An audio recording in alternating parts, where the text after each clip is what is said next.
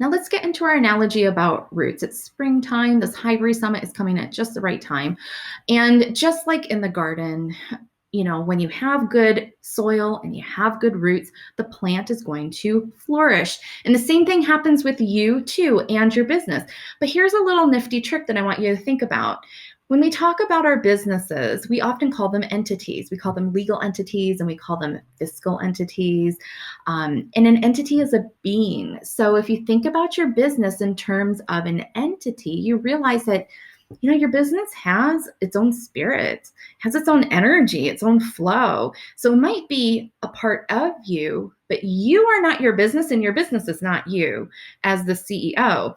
And so what we want to do is really take a look at the different systems that we grow up with in our world views that help us understand what roots and foundations really are. So here we're going to look at the chakra system first, and then we're going to take a look at a more academic system, Maslow's hierarchy of needs, and I'm going to pull them back together in the third step. So you can see how everything is really quite related, whether you go on a woo-woo direction or you go on a practical direction. So in the chakra system, if you don't spend a lot of time in the holistic and metaphysical world, we'll do a quick review here. You think about your physical body that you live in your everyday human experience, like an apple. There's a core, an apple core in that apple, right? So in your body, it's kind of the same thing. And that apple core for your body is what we call the Kundalini, and it's made up of 7 chakras. So what happens in our businesses is this 7th chakra at the crown of your head is the point where we're able to connect with the divine. And you'll find out here in Maslow's hierarchy, the self-actualization point of that pyramid is also a point of divinity and being able to engage in spirituality. So here at the chakras, a lot of times I hear from entrepreneurs, they got really inspired by something, a seed of some kind of a plant of information drops in through the crown. And if you don't want to acknowledge it, that thing, it will go away. But if you acknowledge that energy, it will drop down from your crown into your third eye, which is where you start to have visions around your work. You can actually see something happening. That's what I mean by visions. You can actually see like, oh, this thing has potential. And then it drops down from your third eye into your throat region. And when it gets to your throat region, this is when you can start articulating actual words and descriptions around this thing you've been really inspired by. And as you are able to communicate those words out into the world, you also start getting feedback, which is very affirming. After the throat, it drops down into your heart region. And when you connect in your heart region, of course, you're feeling all the feels. And this is where you really start to get connected with this new venture, this offer, this project that you're working on. And as that energy grows and gets stronger, it drops down into the solar plexus, which is your 3rd chakra. And now we're getting into the lower chakra region, which gets into our foundations. So one of the interesting things with the solar plexus region, in the chakra system, it is the center of your personal power. It's the center of your self-esteem.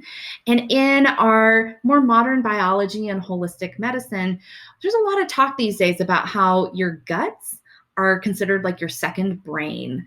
And I find it not a coincidence that when I see entrepreneurs working through the energy systems of their business, when they get to the 3rd chakra, they get to their mindset. Not a coincidence that it's in your gut. It's not in your head, it's in your gut. And as we work through those mindset issues around limiting beliefs or any fears that we have, the energy can begin to flow a little more. So it's kind of like a little bit of a speed bump here at the solar plexus. And as we get over that speed bump, the energy then grows pretty quickly. And it drops down into the sacral region, which is our center of creativity. And down in the sacral region, when we get into our businesses, it's where we really grow our brand, we really grow our offers, we start putting things out there. It's a very exciting, it's a very fun, very creative, and also a little chaotic, and it gets really messy very quickly when it comes to things like data management. And as that energy grows, it's inevitable. It's going to drop into the root. And your root chakra, when you're doing spiritual practice, has a lot to do with things like healing ancestral karmic energy, dealing with the issues you've inherited from, say, your parents. And when you do that deep root work to work on becoming a better human being, a better soul in this lifetime, you begin to heal certain aspects around your human experience. And when you do that root work, the energy really has a chance to grow and build and become more of like a hot engine that will run this energy center. So in your physical body, anybody who's ever done Kundalini work knows that the energy cycles up and down and up and down. And the same thing happens inside of your business. So when you do the root work, it enables the energy to cycle back up, come up to the crown. And that is the point when you answer your calling. Now, it's an iterative process. So you're going to be cycling a few times. But I see a lot of people hold their energy back in their businesses. It drops down through the crown and they kind of hang out in the heart region. They kind of hang out in these upper regions and they never really let the energy drop fully down through the root so they can do the deeper foundational work. And what happens is you're kind of shortchanging yourself and you're also creating extra friction for yourself that doesn't need to exist. So let's take a look at the academic version of this, which is Maslow's hierarchy of needs. And it looks like a pyramid. And as all pyramids have, they have a wide base at the bottom and then a little pointy part at the top.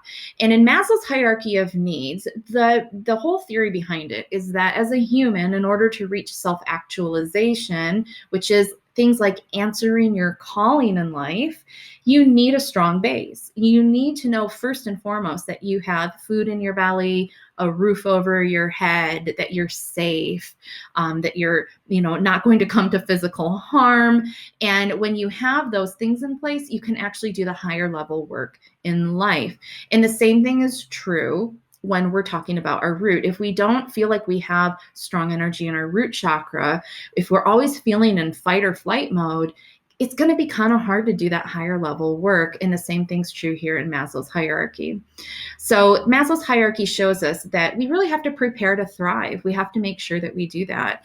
And when we overlay the two systems together, so interesting, they line right up. We're really meant to support our whole journey and to realize that you have to have a base first. So this is where the roots really come from in this talk today. I hope that you see how both of these different systems from totally different disciplines support each other and back each other up. Because if you want to be a better partner with your business, if you want to really go through couples therapy together and get this right, you have to set up that foundation. And that foundation for you and your business is systems. It's all about systems. It's about your process. It's about your software. It's about your technology. It's about the things that help make everything run.